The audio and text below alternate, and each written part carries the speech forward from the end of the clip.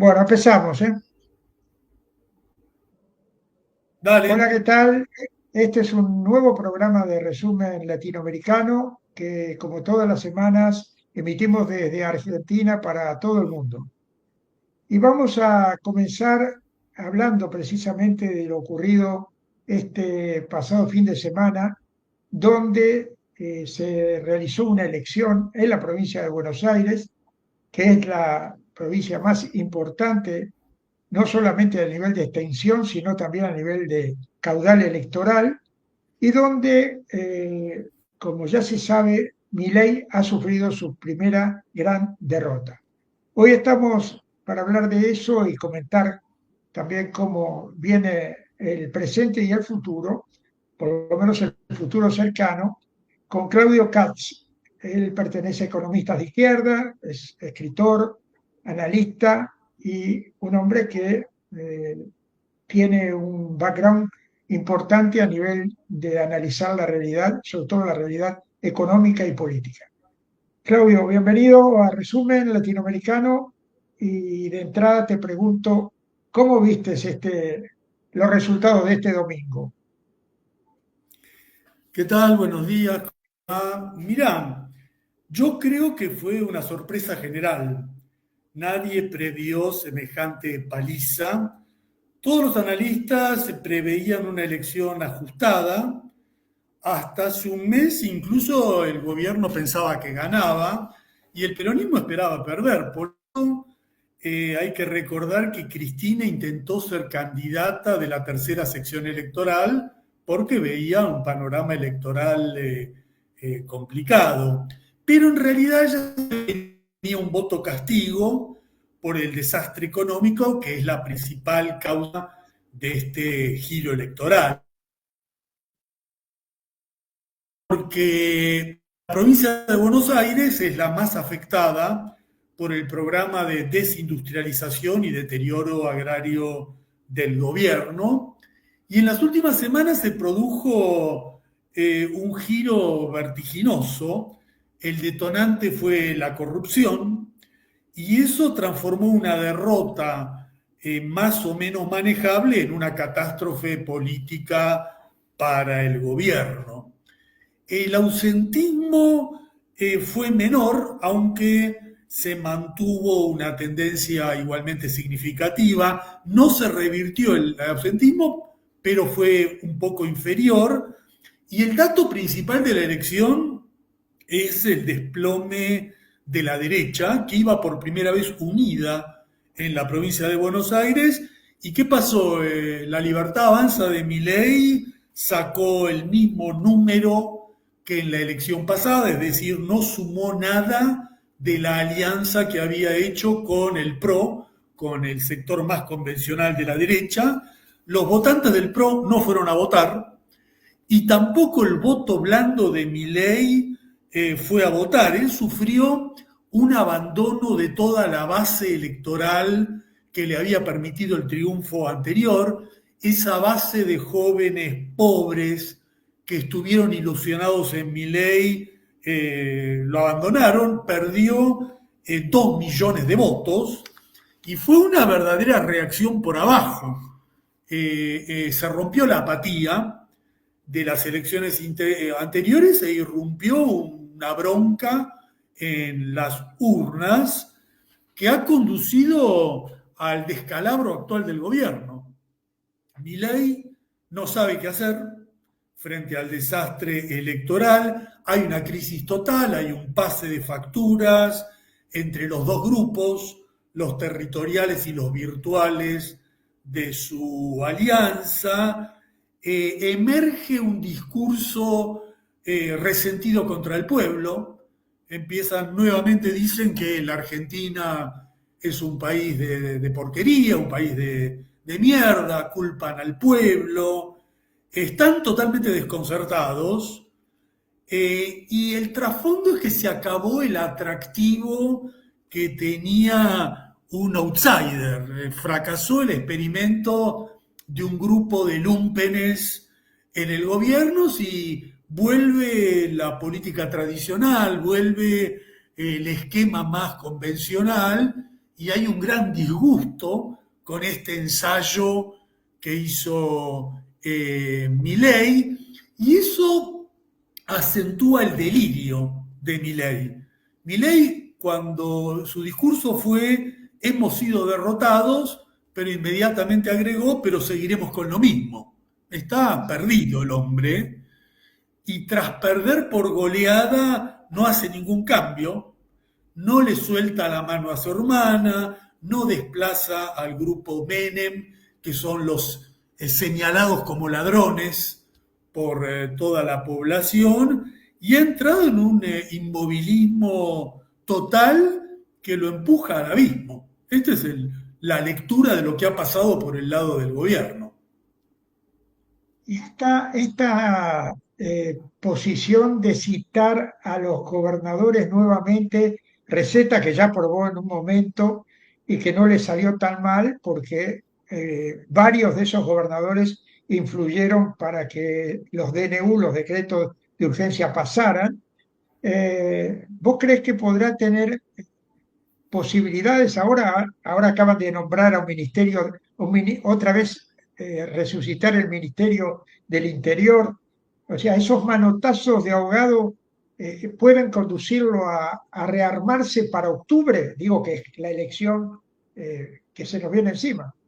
Mira, parece improbable por dos razones. La primera, que la construcción de los gobernadores en la provincia de Buenos Aires, en esta elección, era una tercera fuerza, una especie de tercera fuerza de derecha, más tradicional, más convencional, y en la provincia de Buenos Aires tuvieron una elección muy magra. En octubre las elecciones son nacionales, ahí gravita el interior, donde los gobernadores tienen peso, pero los gobernadores están viendo lo que ve todo el país.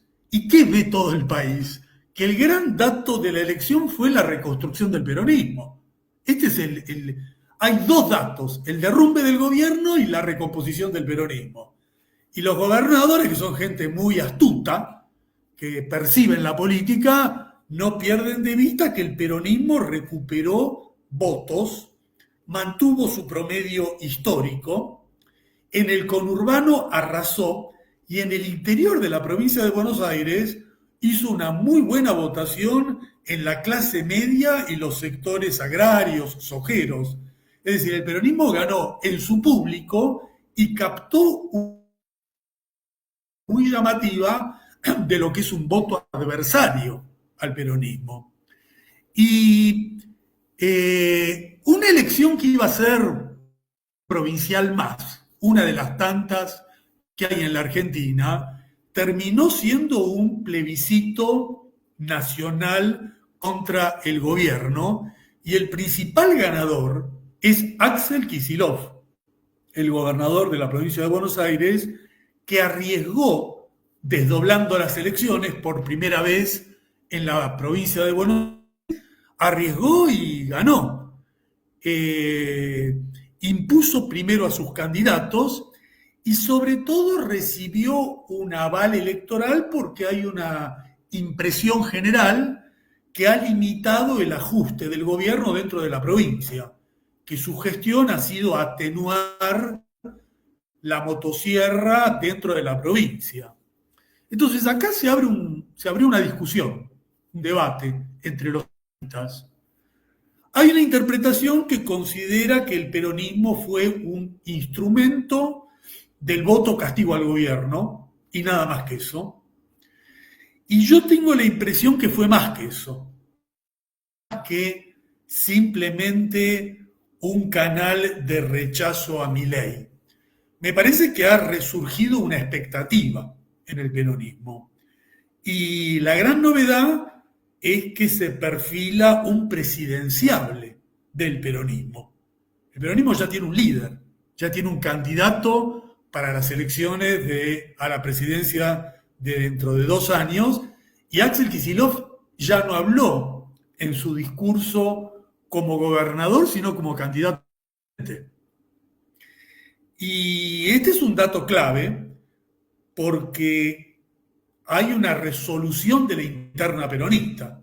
Cristina quedó relegada, su hijo Máximo ni siquiera estuvo en el festejo, y se está procesando la esperada renovación dentro del peronismo con una cierta paradoja, porque este proceso comenzó cuando a Cristina le dictaron la prisión domiciliaria y hubo una reacción callejera, un apoyo, una reacción democrática, pero finalmente esta reacción no lo canalizó ella, sino lo canalizó Kicillof. Y Kicillof ya construye su propio proyecto, te diría que con una estética política más transversal que con la liturgia peronista clásica. Ese fue el marco de lo ocurrido el otro día. Y aquí hay que ver qué está pasando en el proceso político. Para mí es sorprendente la velocidad con la cual se ha recompuesto el peronismo en la provincia de Buenos Aires. Recordemos que hace solo 2 años se produjo el gran desengaño con Alberto Fernández.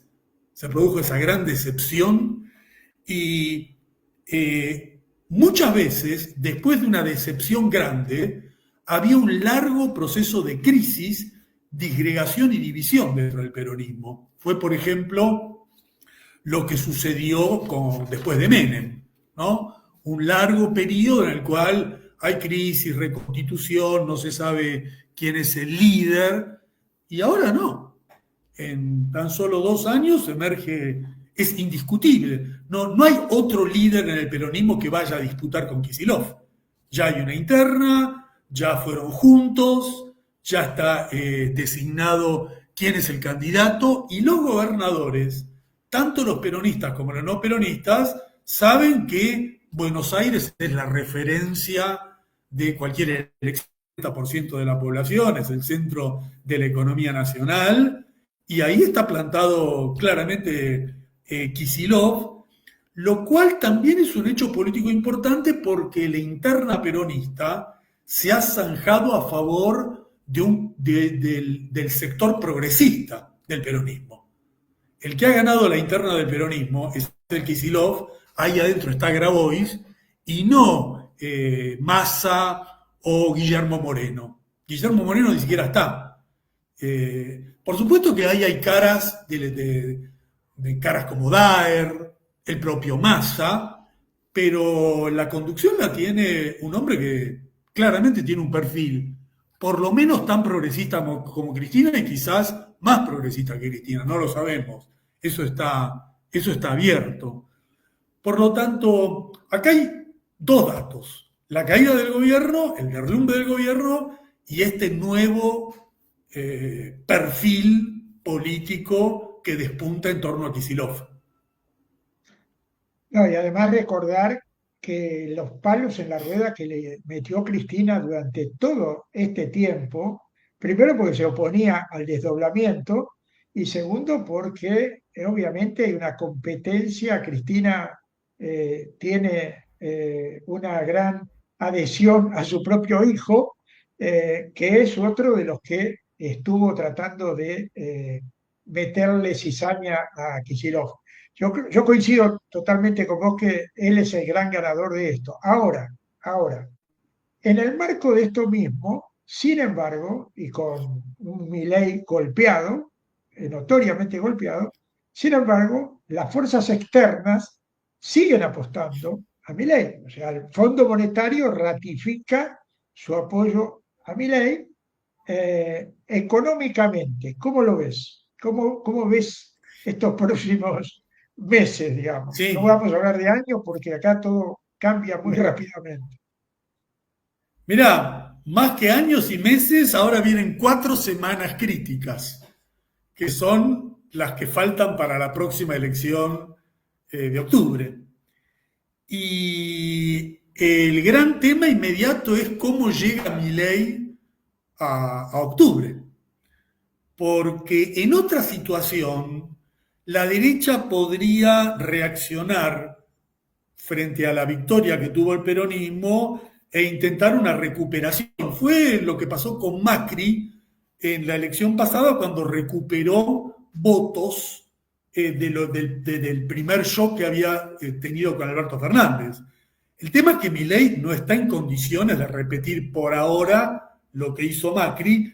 Más bien, yo te diría que Milei está en una situación parecida a la de la Rúa, cuando perdiendo una elección quedó totalmente inmovilizado.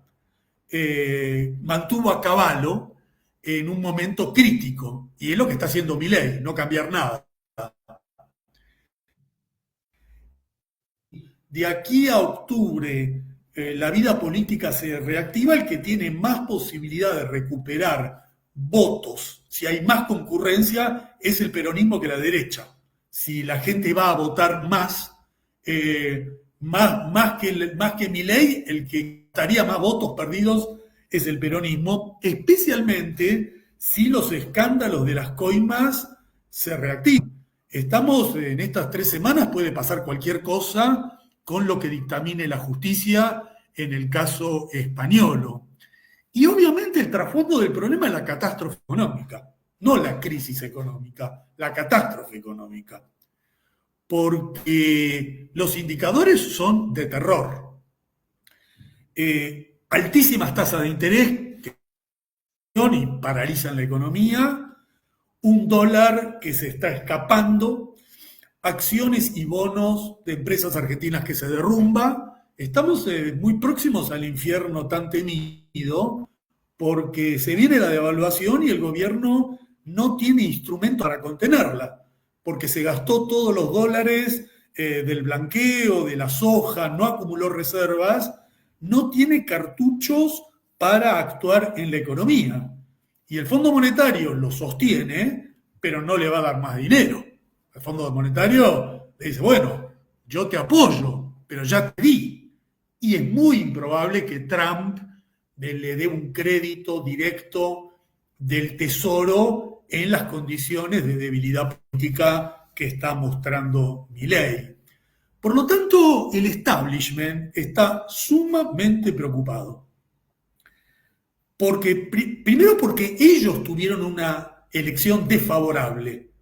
El resultado de la provincia de Buenos Aires fue un resultado contra el poder económico, contra el plan económico que sostiene el poder económico. Perdió Milei, perdió Roca, perdió Mañeto, perdió Galperín, perdieron todos los popes del poder capitalista de la Argentina, y ellos le están bajando el pulgar a Milei. El establishment pide a gritos que Milei haga un reseteo del gobierno, que permita que ellos le intervengan el gobierno, le pongan un nuevo ministro de Economía, desplacen a los sectores identificados con la corrupción, amolden un gobierno más parecido a lo que es un gobierno de derecha tradicional, pero el tema es que Milei no lo está aceptando. Ese es el problema. Milei está diciendo, no, yo sigo con lo mío, sigo con esta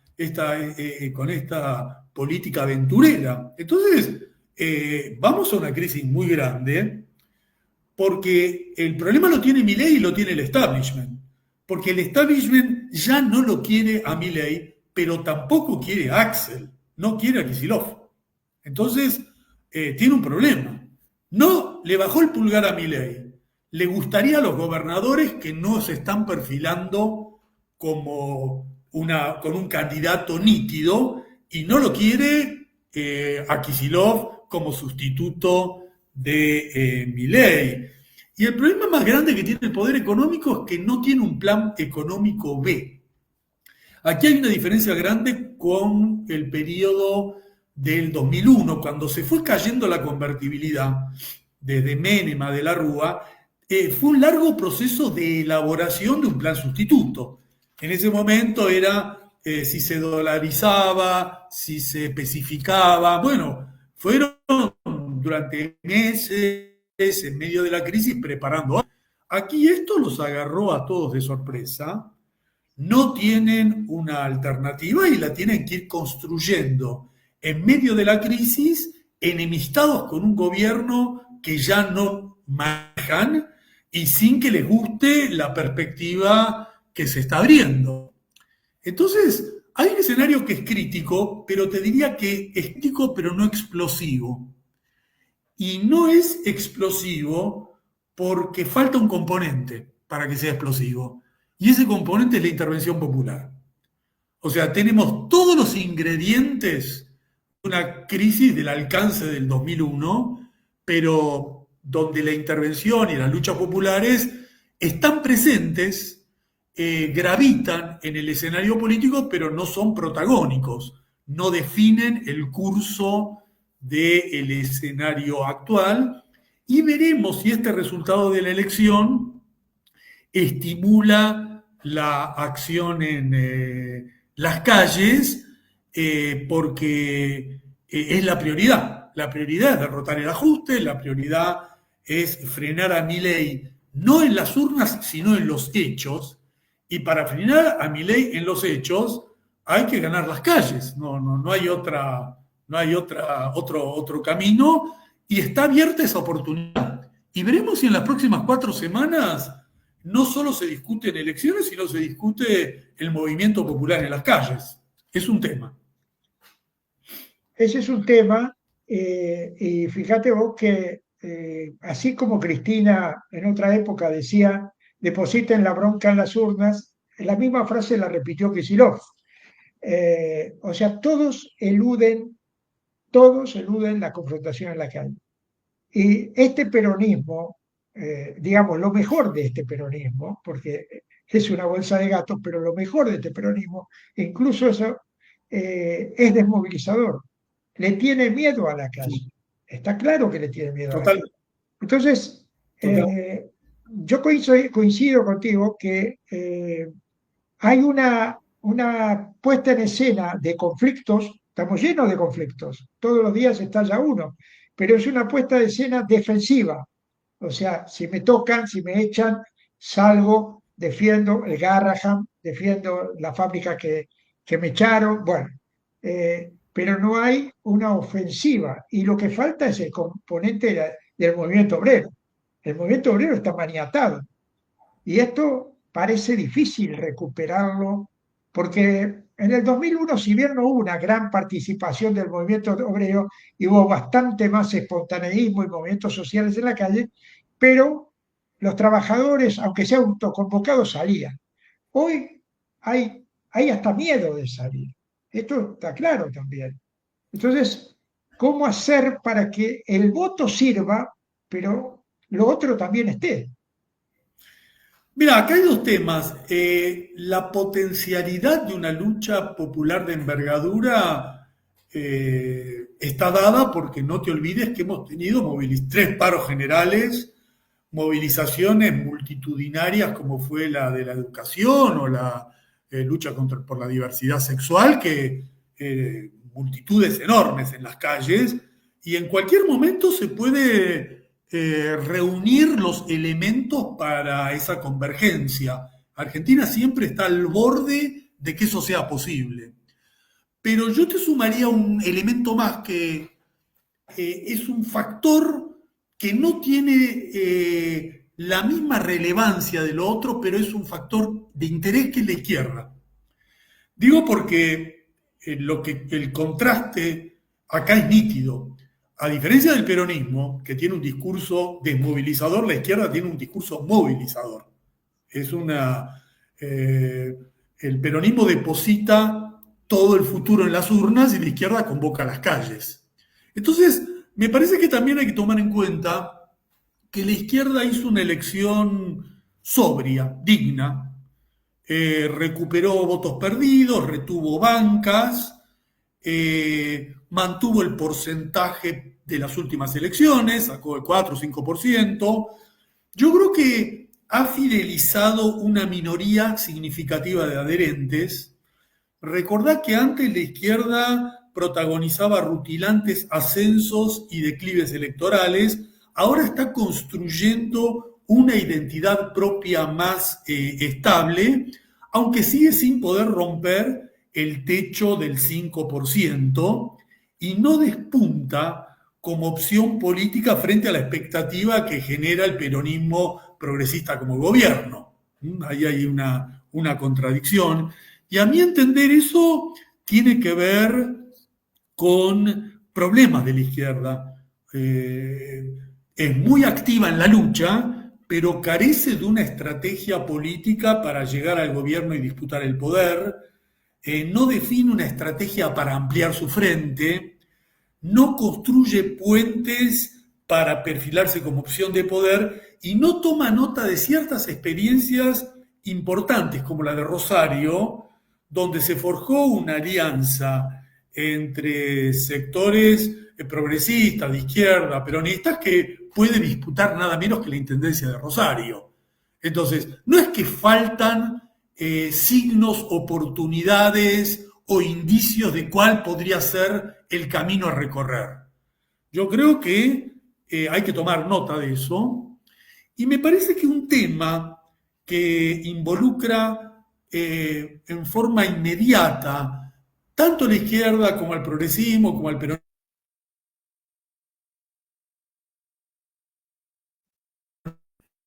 porque si la economía argentina sigue el camino que está transitando, vamos a una crisis muy grande. De nuevo, una devaluación, de nuevo un ajuste y sobre todo un escenario, no sé si inmediato o para dentro de unos meses de cesación de pagos de la deuda otra vez. La Argentina va a otro default de los periódicos que tiene, porque simplemente contra la tontería de que el plan económico genera superávit fiscal, lo que ha hecho es un mega ajuste incrementando la deuda hasta niveles estratosféricos y ahora hay que empezar a pagar esa deuda, que es una deuda con el sector privado, que es una deuda con bonistas privados y que es una deuda descomunal con el Fondo Monetario. Y no hay ninguna posibilidad que la Argentina pueda pagar eso. Entonces va de nuevo al reperfilamiento, va de nuevo a forma de cesación de pagos, ahora sin un poder político nítido, clave, fuerte, y por lo tanto un tema clave que se va a instalar en la Argentina es qué se hace con la deuda. Y eso es discutir en serio si el peronismo es progresista o no es progresista. O sea, no basta enunciados generales, es qué se hace frente al problema central de la Argentina. La Argentina no puede salir adelante, no puede recomponer el poder adquisitivo, no puede reconstruir la obra pública, no puede mejorar los salarios, no puede recomponer las jubilaciones, no puede darle dinero a las universidades, no puede hacer nada si no hay un replanteo del tema de la deuda. Y yo creo que aquí se viene una discusión importante sobre cuál es el camino a seguir porque el fracaso de Alberto Fernández fue el fracaso en el manejo de la deuda externa. Hubo muchos temas, pero hubo uno central, que fue el Plan Guzmán de renegociación de la deuda externa que hundió a la Argentina y la encadenó definitivamente al Fondo Monetario. Y si el peronismo piensa volver para repetir a Alberto Fernández, bueno, sabemos cómo va a terminar. Y ahí sí la experiencia está fresca. Ahí sí es algo que ocurrió hace muy poco y que hay que revisar seriamente. Y también se va a replantear, bueno, ¿está abierto un modelo tipo Néstor Kirchner de alivio, suspensión del pago de la deuda durante un periodo, canje posterior? ¿O está abierto un proceso mucho más radical que es romper con el FMI? Porque en la época de Néstor Kirchner la deuda era con los bonistas privados. Ahora es una mega deuda con el propio Fondo Monetario. Ahora no es que el fondo te condiciona, el fondo es el acreedor. Esto no ocurrió nunca. No es que el fondo viene para decir qué es lo que vos tenés que hacer con el deudor privado. Viene a decirte pagame a mí. Entonces, si no se rompe con el Fondo Monetario Internacional, la Argentina no puede hacer nada de nada de nada. Y esto es el tema que me parece que puede abrir puentes entre la izquierda y el peronismo progresista, porque es el debate real sobre el problema central de la Argentina. Y bueno, veremos ahí cómo se transita por este camino.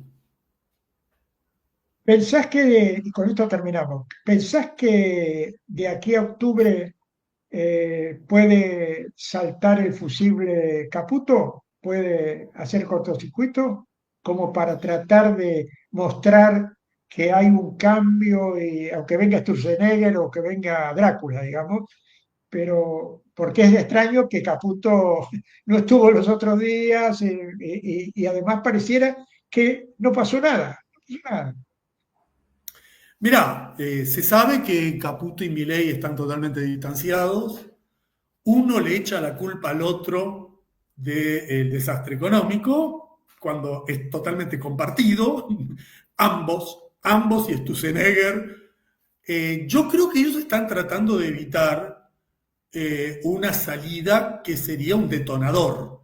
Recordemos que esto ya ocurrió en el gobierno de Macri. Caputo se fue y el país entró en una crisis económica fenomenal. En esa época tenía el Fondo Monetario para venir a rescatar a la Argentina, pero ahora ya el Fondo Monetario rescató a Milei, no puede volver a hacerlo.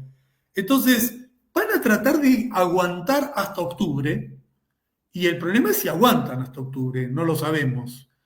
Pero yo te diría para concluir que hay otro elemento que juega, que es el impacto de lo que sucede en Argentina a escala mundial.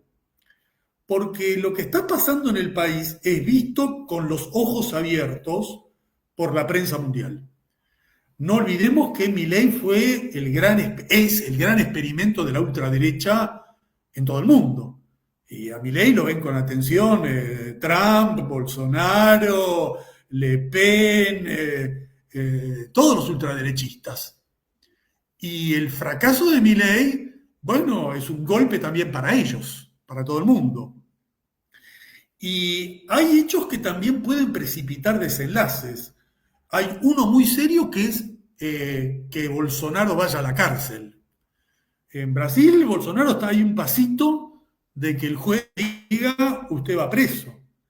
Acordate que Uribe también está ahí en Colombia en una situación judicial complicada. Bueno, si Bolsonaro o Uribe van presos es todo un mensaje para lo que se le viene a Milei una vez que le vaya mal. Fíjate que Netanyahu, que iba a venir a la Argentina, canceló el viaje. ¿Mm? Y lo canceló porque ¿qué sentido tiene la Argentina, que era el lugar donde toda la derecha viene a peregrinar? ¿Qué sentido tiene que venir a abrazarte con un facho que es un facho fracasado? Porque una cosa es un facho que está ahí deslumbrando, otra cosa es que estás totalmente deteriorado. Cuando el Wall Street Journal le baja el pulgar a Milei, cuando la agencia Bloomberg le baja el pulgar a Milei, cuando hasta Rusia llama a su embajador en la Argentina porque está ofendida por los delirios de Bullrich acusando a Rusia de estar en una conspiración.